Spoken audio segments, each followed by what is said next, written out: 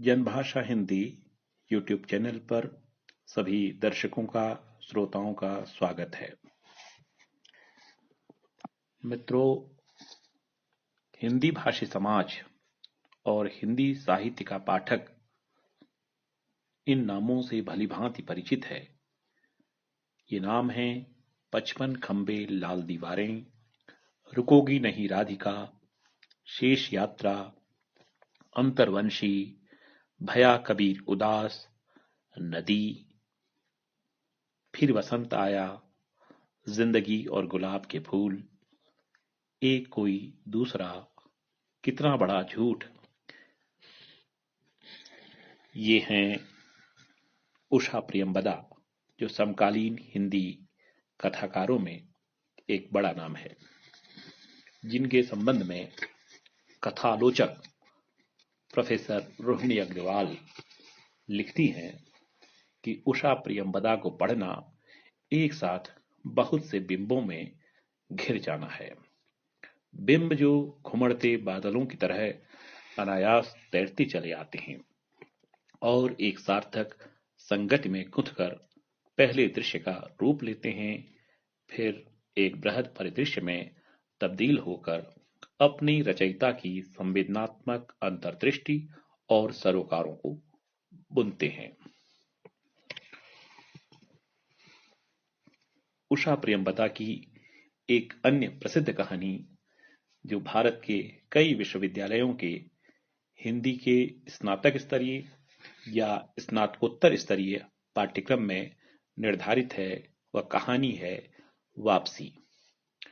विद्यार्थियों को एक अन्य कहानी यूट्यूब माध्यम से मिल सके, इसी उद्देश्य से एक अन्य कहानी जिसका नाम है जिंदगी और गुलाब के फूल यहां प्रस्तुत की जा रही है।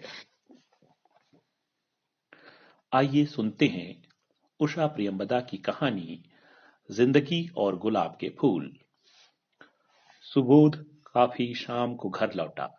दरवाजा खुला था, बरामदे में हल्की रोशनी थी और चौके में आग की लपटों का प्रकाश था।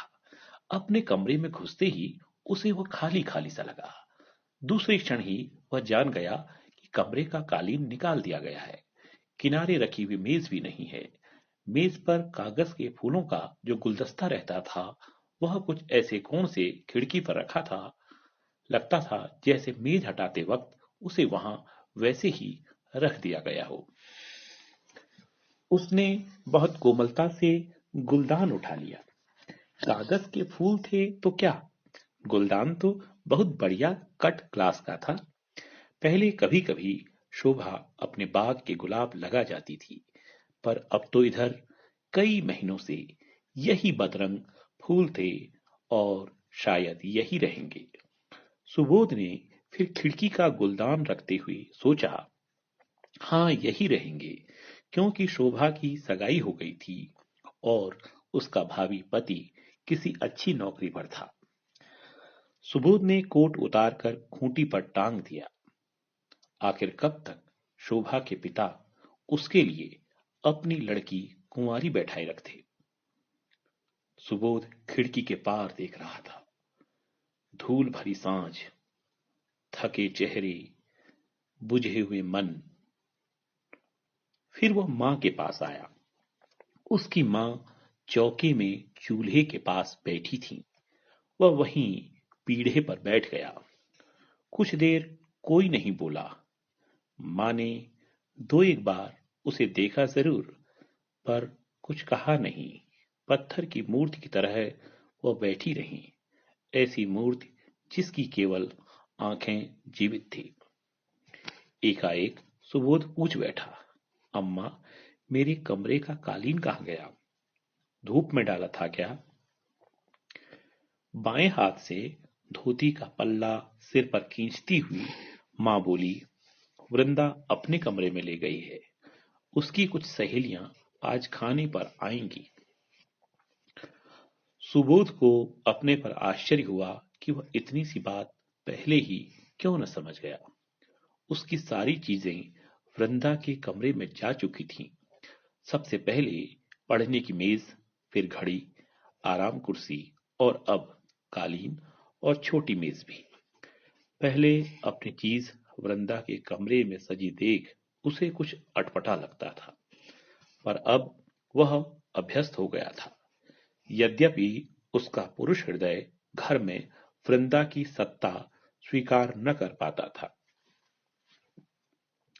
उसे अनमना हो आया देख मां ने कहा, तुम्हारे इंतजार में मैंने चाय भी नहीं पी, अब बना रही हूं, फिर कहीं चले मत जाना। और पतीली का ढकना उठाकर देखने लगी। सुबोध दोनों हाथों की उंगलियां एक दूसरे में फंसाए बैठा रहा।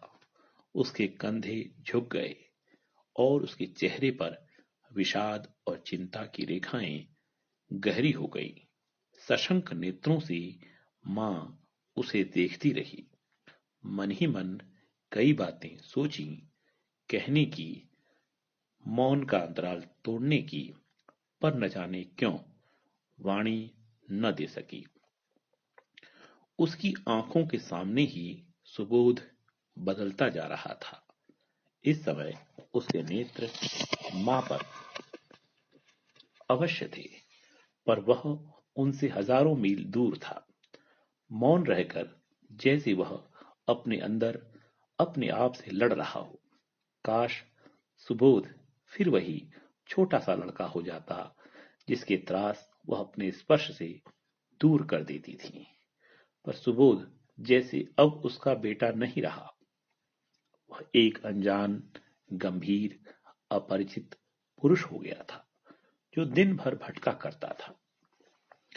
रात को आकर सो रहता था। सुख के दिन उसने भी जाने थे। अच्छी नौकरी थी, शोभा थी। अपने पुराने गहने तुड़ाकर मां ने कुछ नई चीजें बनवा ली थीं और अब वे नए बुंदे और बालियां, हार और कंगन बक्स में पड़े थे। शोभा की शादी होने वाली थी और सुबोध बदलता जा रहा था। दो धुंधली जल भरी आंखें दो उदास आंखों से मिली। उनमें एक मूक अनुनय थी। सुबोध ने मां के चेहरे को देखा और मुस्कुरा दिया। शब्द निरर्थक थे। दोनों एक दूसरे की गोपन व्यथा से परिचित थे। उनमें एक मूक समझौता था।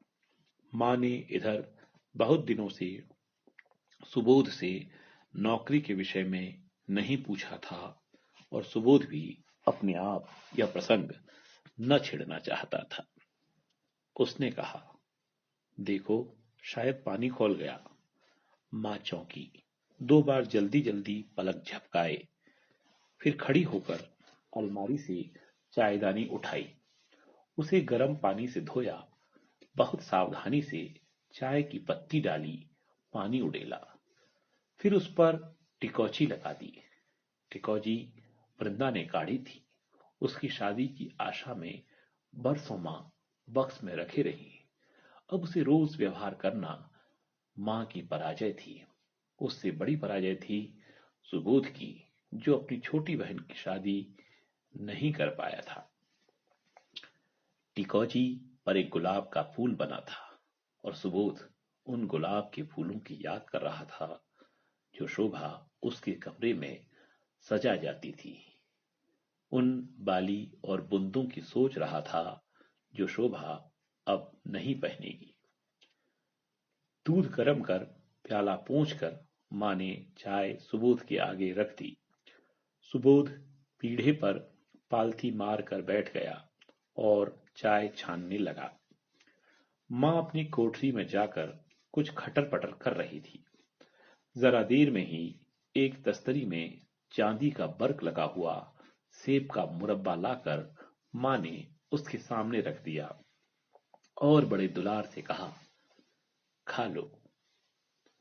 अपने विचार पीछे ठेल कर कुछ सुस्त हो हंसते हुए सुबोध ने कहा, अरे अम्मा, बड़ी खातिर कर रही हो, क्या बात है? मां ने स्नेह कातर कंठ से कहा, तुम कभी ठीक वक्त से आते भी हो। रात को 10-11 बजे आए, ठंडा सूखा खा लिया, सुबह देर से उठे, दोपहर को फिर गायब, कब बनाऊं, कब दूं। यह चर्या तो सुबोध की पहले भी थी। तब वृंदा और माँ दोनों उसके इंतजार में बैठी रहती थी। वृंदा हमेशा बाद में खाती थी। सुबोध की दिनचर्या के अनुसार घर के काम होती थी, पर तब वृंदा नौकरी नहीं करती थी। तब सुबोध बेकार न था। अब खाना वृंदा की सुविधा के अनुसार बनता था। सुबह उसे जल्दी उठना होता था, इसलिए रात को जल्दी खाकर सो जाती थी। अब सुबोध जब 8:30 पर सोकर उठता तो आधा खाना बन चुकता था। जब 9 बजे वृंदा खा लेती तो वह चाय पीता। पहले जब तक वह स्वयं अखबार न पढ़ लेता था, वृंदा को अखबार छूने की हिम्मत न पड़ती थी, क्योंकि वह हमेशा पन्ने गलत तरह से लगा देती थी। अब उसे अखबार लेने वृंदा के कमरे में जाना पड़ता था और इसीलिए उसने घर पर अखबार पढ़ना छोड़ दिया था। जूठे बर्तन समेटते हुए माँ ने कुछ कहना चाहा, पर रुक गई। उसका असमंजस भांपकर सुबोध ने पूछा, क्या है? प्याला धोते हुए मंद स्वर में माँ ने कहा, घर में तरकारी कुछ नहीं है। सुबोध ने उठकर कील पर टंगा मैला थैला उतार लिया। माँ ने आंचल की गांठ खोलकर मुड़ा तुड़ा 1 रुपए का नोट उसे थमा दिया और कहा, जरा जल्दी आना, अभी सारी चीजें बनाने को पड़ी हैं। सुबोध कोट पहने बिना ही बाजार चल दिया। यह पतलून वह काफी दिनों से पहन रहा था।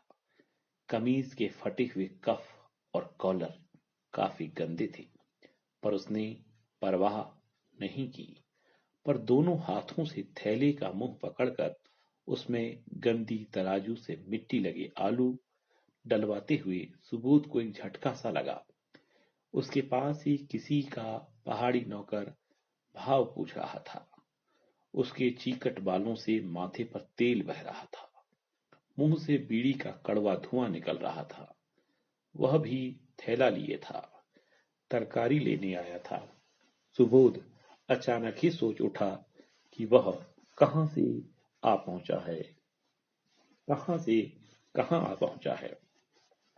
अपने अफसर की अपमानजनक बात सुनकर तो उसने अपने आत्मसम्मान की रक्षा के लिए इस्तीफा दे दिया था। लेकिन अब कहां है वह आत्मसम्मान? छोटी बहन पर भार बनकर पड़ा हुआ है। उसे देखकर मां मन ही मन घुलती रहती है। जिंदगी ने भी जिंदगी ने उसे भी गुलाब के फूल दिए थे, लेकिन उसने स्वयं ही उन्हें ठुकरा दिया और अब शोभा भी। हाथ झाड़कर सुबोध ने पैसे दिए और चल पड़ा। इस सब के बावजूद उसके अंदर एक तुष्टि का हल्का सा आलोक था कि इस्तीफा देकर उसने ठीक ही किया। उसके जैसा स्वाभिमानी व्यक्ति अपमान का कड़वा घूंट कैसे पी लेता? स्वाभिमान? सुबोध के होंठ एक कड़वी मुस्कान से खिंच उठे। वाह रे स्वाभिमानी, उसने अपने आप से कहा। उसे अब सब बातें स्पष्ट होकर फिर याद आ गई। वे बातें जो रह रहकर टीस उठती थीं। सुबोध स्मृति का एल्बम खोलने लगा। हर चित्र स्पष्ट था। नौकरी छोड़कर वह कुछ महीने घर नहीं लौटा। वहीं दूसरी नौकरी खोजता रहा और जब लौटा तो उसने घर का चित्र ही बदला हुआ पाया। उसकी अनुपस्थिति में वृंदा ने उसकी मेज ले ली थी और उसके लौटने पर वृंदा ने अवज्ञा से कहा था, दादा, आप क्या करेंगे मेज का? मुझे काम पड़ेगा। सुबोध कुछ तीखी सी बात कहते कहते रुक गया। कई साल में घिसट घिसट कर बीए एलटी कर लेने और मास्टरनी बन जाने से ही जैसे वृंदा का मेज पर हक हो गया हो। कोई अध्यापिका होने से ही पुस्तकों का प्रेमी नहीं हो जाता। सुबोध की उस मेज पर अब जूड़े के कांटे, नेल पॉलिश की शीशी और गर्द भरी किताबें पड़ी रहती थी। और फिर कुछ दिनों बाद माँ ने कहा, वृंदा को रोज स्कूल जाने में देर हो जाती है, अपनी अलार्म घड़ी दे दो सुबोध। सुबोध ने कठोर होकर कहा था, नई घड़ी खरीद क्यों नहीं लेती, उसे कमी है। माँ ने आहत और भर्त्सनापूर्ण पूर्ण दृष्टि से उसे देखकर कहा, उसके पास बचता ही क्या है, तुम खर्च करते होते तो जानते। नहीं, मुझे क्या पता, हमेशा से तो वृंदा ही घर का खर्च चलाती आई है, मैं तो बेकार हूं, निठल्ला। और झुंझलाकर सुबोध ने घड़ी उसे दे दी थी। सबसे अधिक आश्चर्य तो उसे वृंदा पर था। अक्सर वह सोच उठता था कि यह वही वृंदा है जो उसके आगे पीछे घूमा करती थी, उसके सारे काम दौड़ दौड़ कर किया करती थी। जब भी उसने चाय मांगी, वृंदा ने चाय तैयार कर दी। और अब एक रात जरा देर से आने पर उसने सुना, वृंदा बिगड़कर माँ से कह रही थी, काम न धंधा, तब भी दादा से यह नहीं होता कि ठीक वक्त पर खाना खा लें। तुम कब तक जाड़े में बैठोगी माँ, उठकर रख दो, अपने आप खा लेंगे। उसके बाद सुबोध रात को चुपचाप आता, ठंडा खाना खाकर अपने कमरे में लेट जाता। सुबह जग जाने पर भी पड़ा रहता और वृंदा की चाय पी लेने पर उठकर चाय पीता। बाजार से सौदा ला देता, मैले ही कपड़े पहनकर बाहर चला जाता। जब थक जाता तो खिड़की के बाहर देखने लगता। माँ प्रतीक्षा में दरवाजे पर खड़ी थी। उनके हाथ में थैला देकर वह अपने कमरे में चला गया। कमरा उसे फिर नग्न और सूना सा लगा। जूते उतारकर वह चारपाई पर लेट गया। चारपाई बहुत ढीली थी, उसके लेटते ही दरी सिकुड़ गई, तकिया नीचे खिसक गया। दरी की सिकुड़नें पीठ में गड़ती रहीं।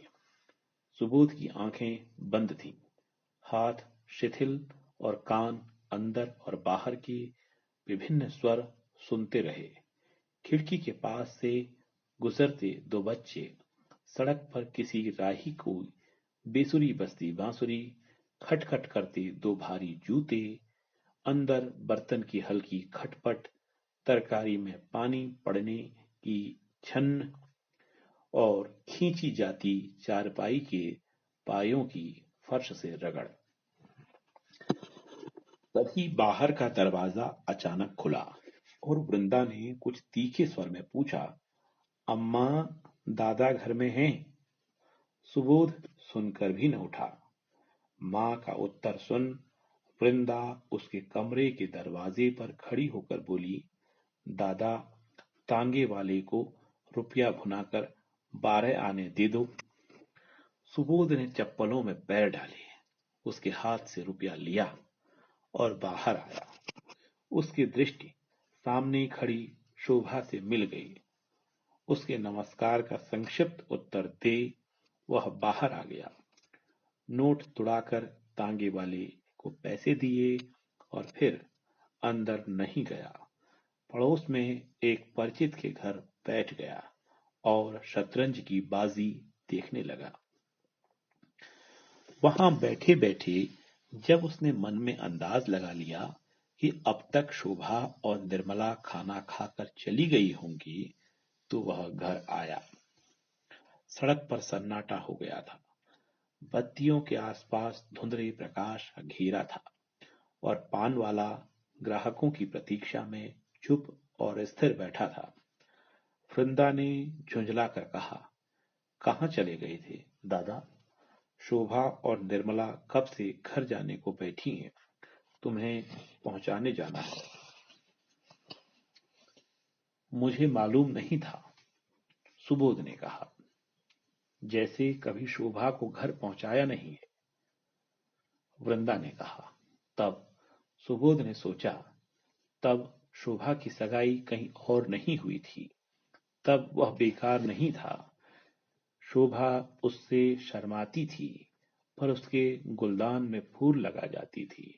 माँ नए गहने बनवा रही थी।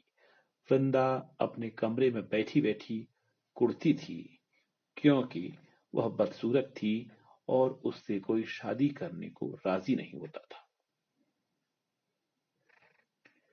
अच्छा तो चलें? सुबोध ने शोभा की ओर नहीं देखा, पर शोभा बोल पड़ी, हमें जल्दी नहीं है, आप खाना खा लीजिए।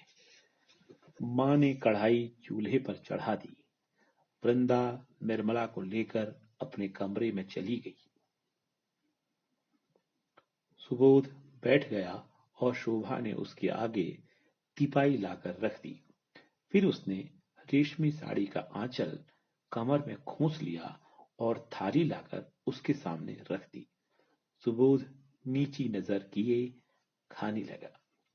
चौके से बरामदे, बरामदे से चौके में बार बार जाती हुई शोभा की साड़ी का बॉर्डर उसे दिखाई देता रहा। हरी साड़ी, जोगिया बॉर्डर, जिस पर मोर और तोते कढ़े हुए थे। कभी कभी एड़ियां भी झलक उठती, उजली चिकनी एड़ियां।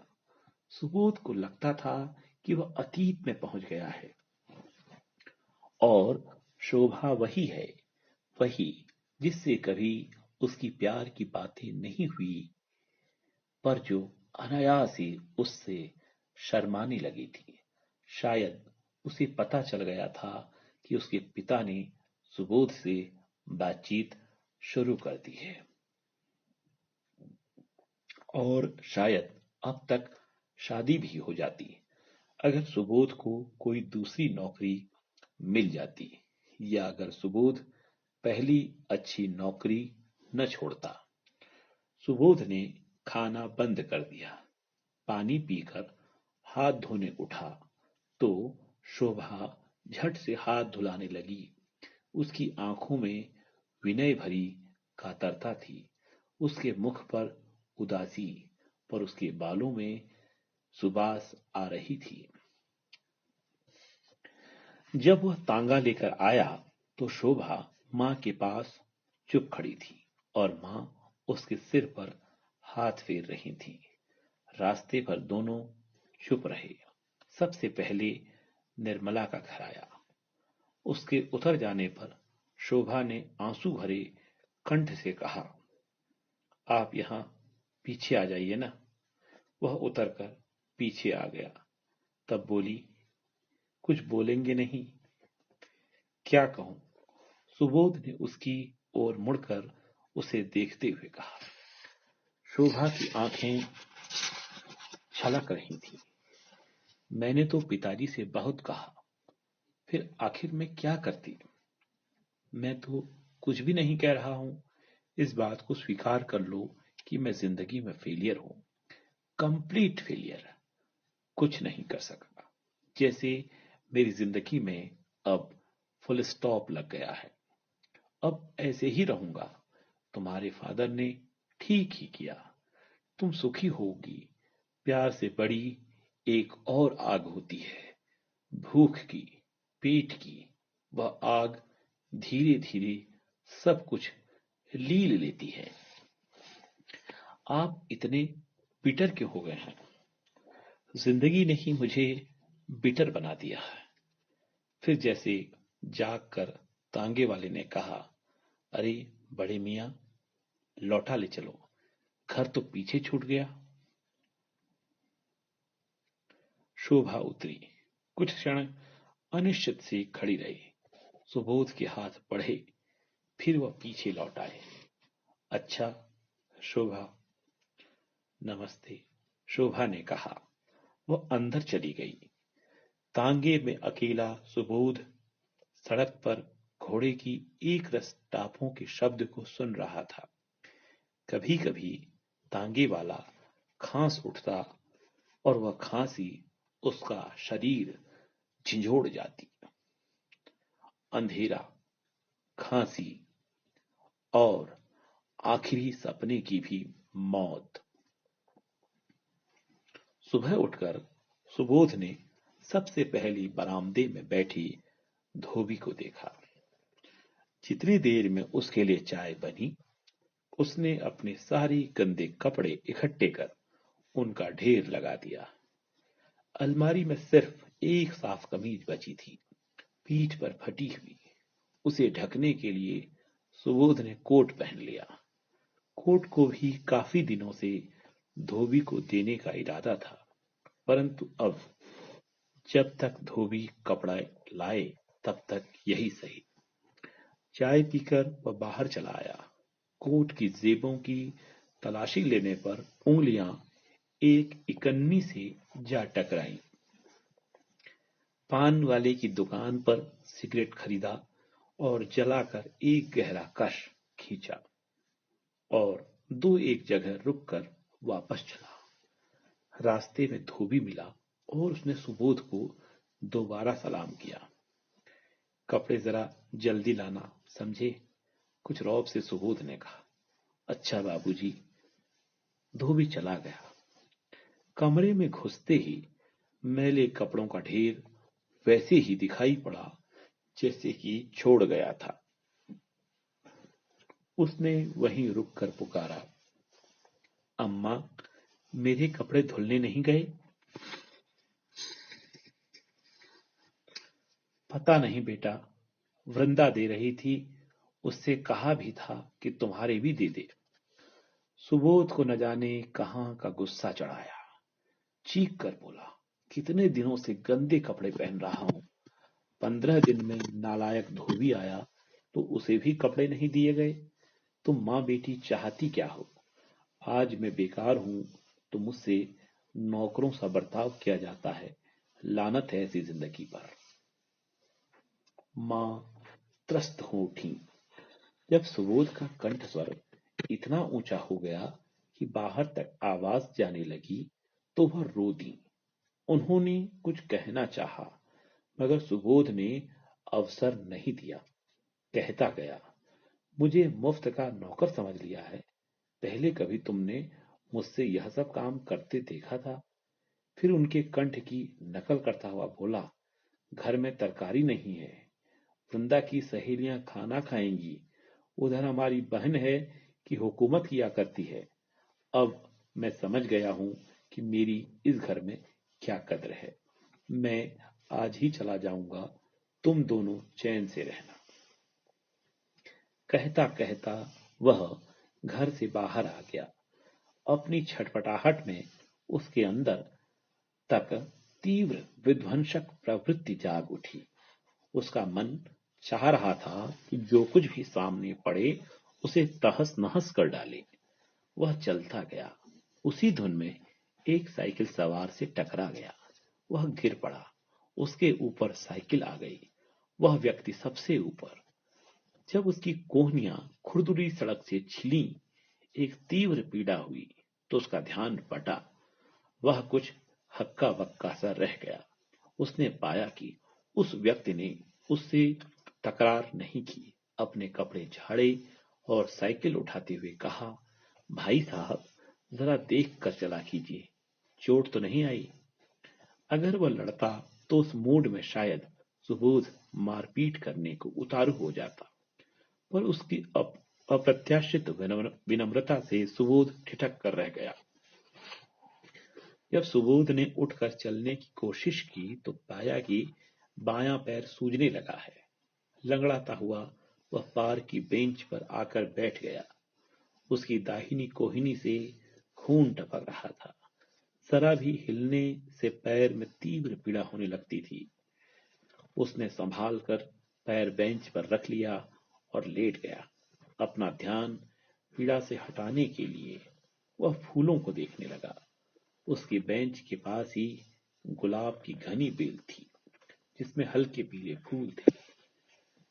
दर्द बढ़ता जा रहा था। उसने हिलना डुलना भी बंद कर दिया। कुछ देर स्थिर पड़े रहने से दर्द में विराम हुआ तो उसके ख्याल फिर सवेरे की घटना पर केंद्रित हो गए। उसका पैर हिला और दर्द की एक तेज लहर उठकर पूरे बाएं पैर में व्याप्त हो गई। सुबोध ने होंठ भींच लिए। जाड़ों की धूप थी, पर लोहे की बेंच धीरे धीरे गर्म होती जा रही थी और बेंच का एक उठा हुआ कोना उसकी पीठ में गड़ रहा था, पर वह हिला डुला नहीं। आंखें खोलकर सड़क की ओर देखा तो स्कूल जाते हुए बच्चे, साइकिलें, खोमचे वाले। उसने आंखें बंद कर ली। जब पैर का दर्द कम होता तो कोहनी छरछराने लगती, पर इस आत्मपीड़न से जैसे उसे कुछ संतोष हो रहा था। वह कब सो गया उसे पता नहीं। जब आंखें खुली तो सूरज सिर पर था और बेंच तप रही थी। वह उठकर बायां पैर घसीटता और दर्द सहता हुआ छां में घास पर लेट गया। उस पर एक बेहोशी सी छाई जा रही थी। घास का स्पर्श शीतल था।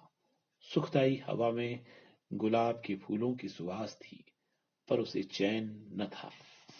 उसे अचानक मां का ध्यान आ गया। शायद वह चिंतित दरवाजे पर खड़ी हो, शायद वह उसके इंतजार में भूखी हो। उसने एक लंबी सांस ली और बाहें सिर के नीचे रख लीं। दिन कितना लंबा हो गया था, बीत ही नहीं रहा था। जैसे एक युग के बाद आकाश में एक तारा चमका, फिर अनेक तारे चमक उठे।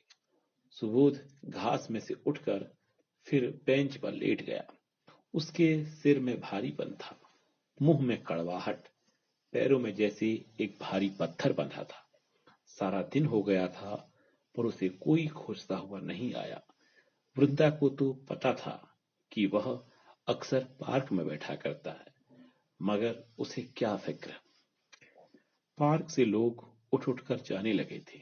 बच्चे, उनकी आयाएं, स्वास्थ्य ठीक करने के लिए घूमने आने वाले प्रौढ़, दो दो चोटियां किए हंस हंस कर एक दूसरे पर गिरती मोहल्ले की लड़कियां। पार्क शांत हो गया। हरी घास पर बच गए मूंगफली के छिलके, पुड़ियों के कागज के टुकड़े, तोड़े गए फूलों की मसली हुई पंखुड़ियां। 3 फाटक बंद कर लेने के बाद चौकीदार सुबोध की बेंच के पास आकर खड़ा हो गया। अब घर जाओ बाबू, पार्क बंद करने का टेम हो गया। बिना कुछ कहे सुबोध उठ गया। 2-2 कदम लड़खड़ाया, फिर चलने लगा। हर बार बायां पैर रखता तो दर्द होता। धीरे धीरे लंगड़ा लंगड़ा कर वह पार्क से बाहर निकल आया। दरवाजा खुला था। बरामदे में मध्यम रोशनी थी, चौक में अंधेरा। वह अपने कमरे में आया। कोने में मैले कपड़ों का ढेर था, ढीली चारपाई, गंदा बिस्तर, तिपाई पर खाना ढका हुआ रखा था। सुबोध चारपाई पर बैठ गया। तिपाई खींचकर लालचियों की तरह जल्दी जल्दी बड़े बड़े कौर खाने लगा।